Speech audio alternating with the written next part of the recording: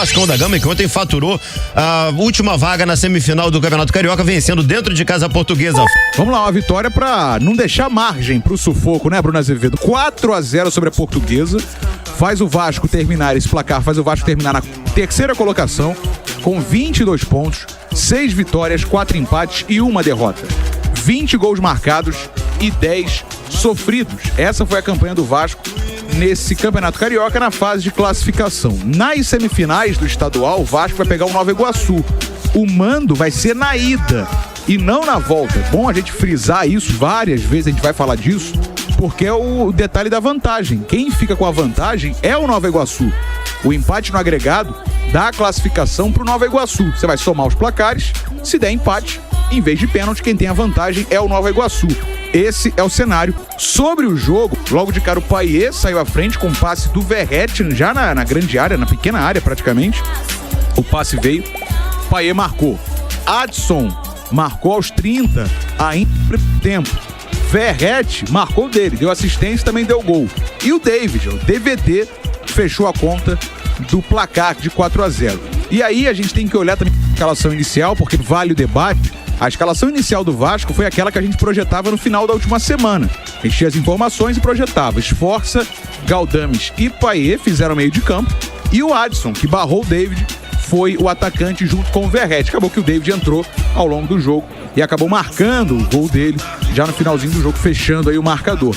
Então, dando aí um indício. Vamos ver agora com a volta do Zé Gabriel no Campeonato Carioca, também na Copa do Brasil, na quinta-feira, né, contra o Água Santa em São Januário. Se o Zé Gabriel vai ser titular barrando o Sforza, ou se o Sforza barrou o Zé Gabriel. Vamos acompanhar como é que vai ser esse processo. E lá no ataque, o Ramon Dias dando indício de que a formação, Adson e Verratti, a formação com o David ficando como opção. Esse é o Vasco pra gente falar aí ao longo dessa semana, falar de Copa do Brasil e também projetar as semifinais que vem no próximo fim de semana. Meu parceiro Bruno Azevedo. Uma vitória sem sustos, né? Vitória tranquila, né? O Vasco meteu um gol com 3 minutos pra um jogo que se desenhava, poderia se desenhar tenso. O Vasco meteu um gol com 3 minutos, acho que encaminhou a situação. Assim, não sei depois se o Vaguinho vai concordar ou não. Você tava lá? Eu tava trabalhando. Pagou com o Vera artístico pra ver o não fui cobrado e me senti privilegiado demais, né? Porque um masterclass de Payet e Verratti também, cara. Verratti também. Não sei se você concorda se foi a melhor atuação do Vasco. Eu tive a impressão de ter sido, assim, tecnicamente, futebol vistoso, a melhor atuação do Vasco nesse ano. Mas aí a gente volta àquela velha situação de Campeonato Carioca, né? Sim, claro. Mas sabe o que acontece, Bruno? Tem sempre uma situação que o Campeonato Carioca não serve de parâmetro. Mas se você vai mal, se vai bem, também não. Então fica sempre assim. Apanhou de bêbado. É aquela história, é isso aí. Bêbado na ladeira, apanhou de bêbado. Então fica nessa situação, se é bom ou se é ruim. Eu acho que desde do ano passado, desde que o Ramon assumiu e desde que o Vasco fez aquela arrancada pra conseguir permanecer na Série A, cara, o time do Vasco é muito arrumado, sabe? Bem arrumado, bem estruturado. Eu acho que tem brechas ainda no elenco, que eu acho que é uma coisa que... Quais, Vaguinho? Eu acho que o Vasco tem que ter uma reserva pro Verratti. O Verratti é um ótimo centroavante, já tem 36 anos, eu acho. Então, assim, é um jogador que você precisa ter uma outra opção também de ataque. Acho que mais um jogador de lado pra fechar o elenco e um meia, pra também, porque o Payet é excepcional. Você não vai conseguir, eu acho que não vai ao mercado e vai encontrar um jogador no nível do Payet. Não vai, é difícil. Não vai encontrar assim, de uma hora pra outra, vai ter que desembolsar uma grana. É tipo o sonho do Vascaíno no meio do ano de trazer um Coutinho da vida. E aí você realmente tem um jogador desse nível. Fora isso, você vai contratar um jogador pra ser reserva dele. Um jogo que no meio de semana, aí tem uma viagem longa, aí você de repente segura um pouco pra ele, joga um tempo e tal. Apesar que ele tá muito bem fisicamente. Esse ano ele chegou fininho, tá bonito, tá... Pô, diferente daquele Payet do ano passado, hein? Pô, outra coisa, né? Tu vê agora, ele tá fininho, cara. E tá jogando muito. É um cara que quem acompanhava o futebol, assim, internacional, um cara que não foi campeão do mundo com a França porque ele se machucou. Ele fez uma baita da Eurocopa, era um jogador da seleção francesa, daquela geração que foi campeão do mundo, ele só não foi por causa da contusão. Verdade. Jogadoraço, cara. Cara que é diferente. O passe que ele dá pro gol do David... eu tava na social, porque eu faço a Vasco TV também, e aí quando termina o pré-jogo, eu vou lá pra social ver o jogo. Ele pega a bola, ele carrega, e aí, cara, todo mundo vai dando palpite, tu tá ali, o torcedor, ele, lá na direita, aqui, lá! Cara, ele segurou, parecia que ele tava tomando um picolé na praia. Cara, aí ele acha a bola pro David que ninguém visualizou a princípio aquele passe. Ou era pra esquerda que tinha um cara, eu lembro, acho que era o Verratti tinha passado, o da direita o Paulinho tinha passado lá. Ele segurou na hora e dá o passe perfeito pro David fazer o gol.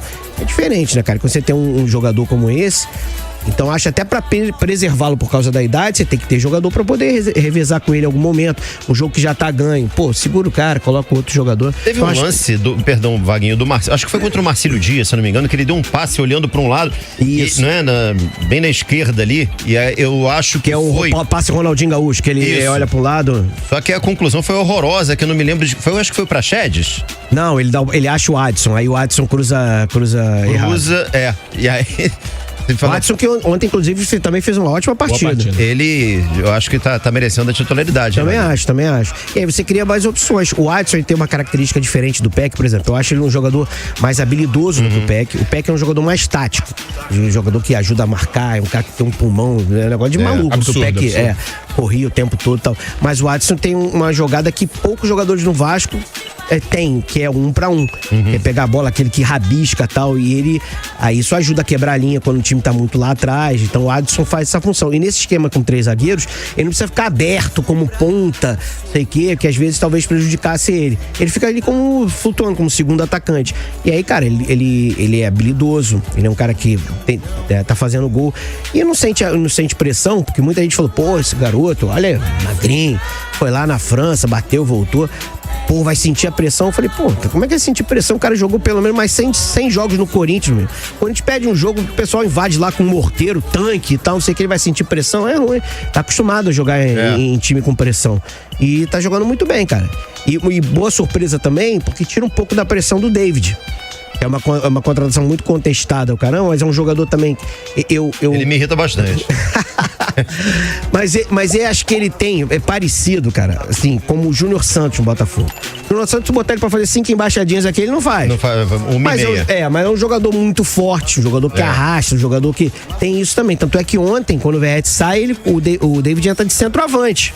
E vai bem de centroavante. Ele tem porte pra brigar com o zagueiro, pra segurar uma bola. Realmente, ele não chama a bola de meu bem. Não tem um carinho ali com ela. Chama, vem cá, filha. Não tem. Mas é um jogador veloz, que pode ajudar em algum momento. Tecnicamente não é brilhante, mas aí você tem que olhar a carreira do cara. O cara só jogou praticamente em time grande. Não é possível que seja tão horroroso assim, ou que não funcione pra determinada função, né?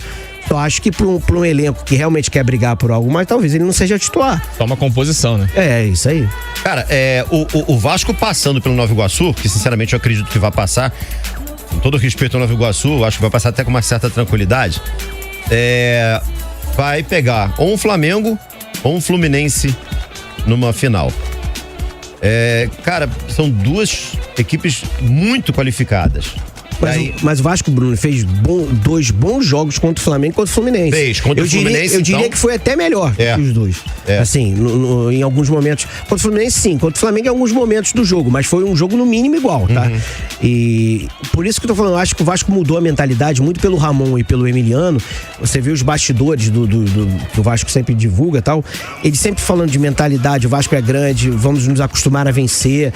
Mudou um pouco essa situação. Ontem, ainda tinha muito vascaíno que levava pro estádio aquela coisa, pô, amanhã a gente vai perder esse jogo aí vai acontecer, já tá com a classificação, mas vai acontecer porque é o Vasco, isso aqui. E o Vasco chegou lá e, pô, atropelou, jogou muito bem.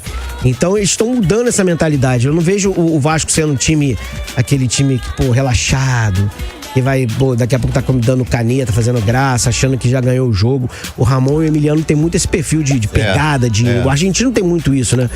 Então eu vejo muito esse time, cara. O Vasco tava ganhando 2-3-0, os caras apertando a marcação lá em cima e tal. Acho que tem essa mudança de mentalidade de jogadores. E o time do Vasco, se você olhar, pô, talvez seja o melhor time do Vasco desde aquele time de 2012 lá, 2011, 2012. Da Copa do Brasil? E o time de 2011, depois de 2012, que chega Juninho, caramba, e aí o time vai se esfacelando, porque o Vasco não vai pagando ninguém. Aquela época triste de associativo, que ficava 5 meses sem pagar ninguém. Aquele time que liderou o Brasileirão durante um tempão, ficou no G4 e acabou terminando mal o campeonato. Mas eu acho que é o melhor time desse do Vasco dos últimos 10 anos, pelo menos. Tá gostando da SAF, Vaguinho? A gente tem algumas restrições porque faz parte, é um novo modelo.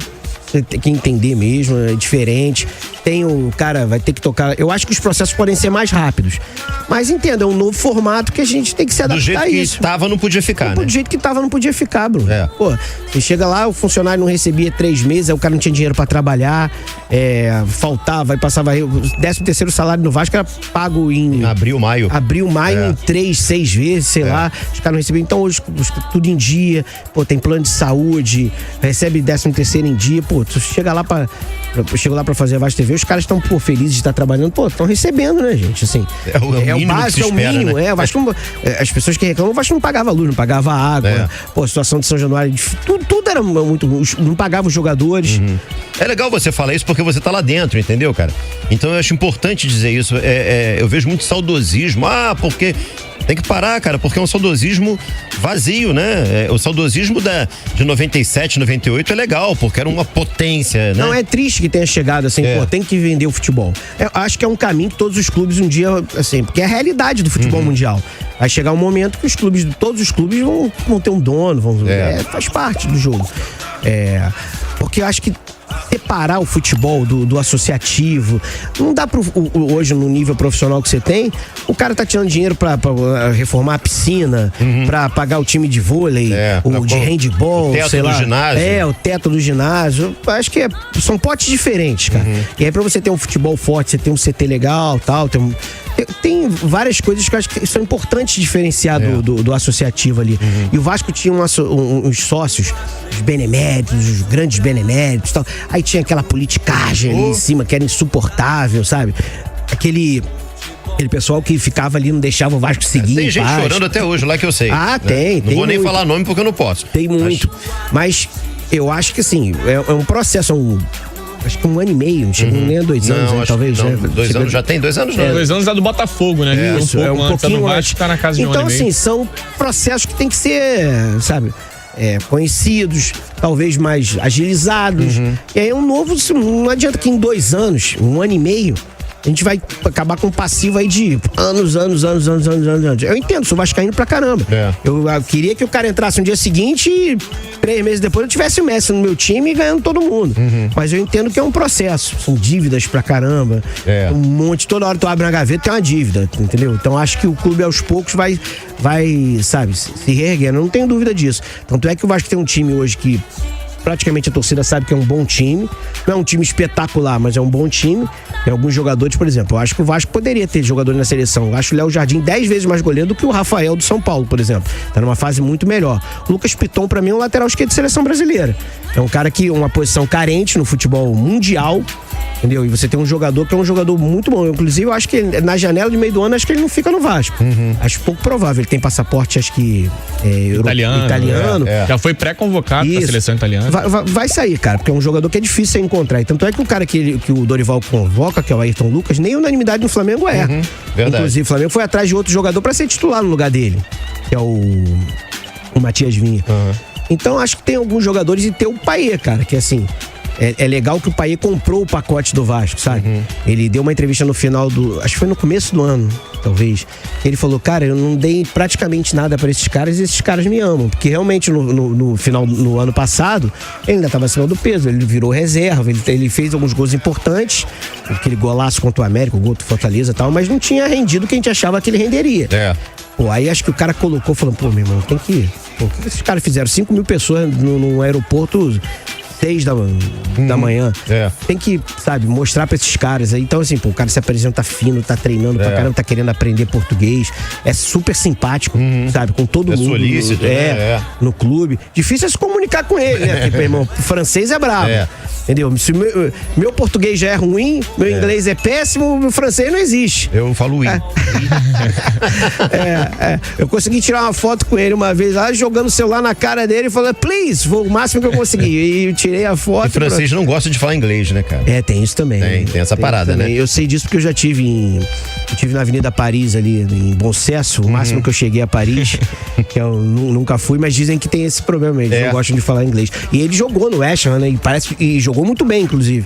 E o cara não domina o inglês também. Pois é.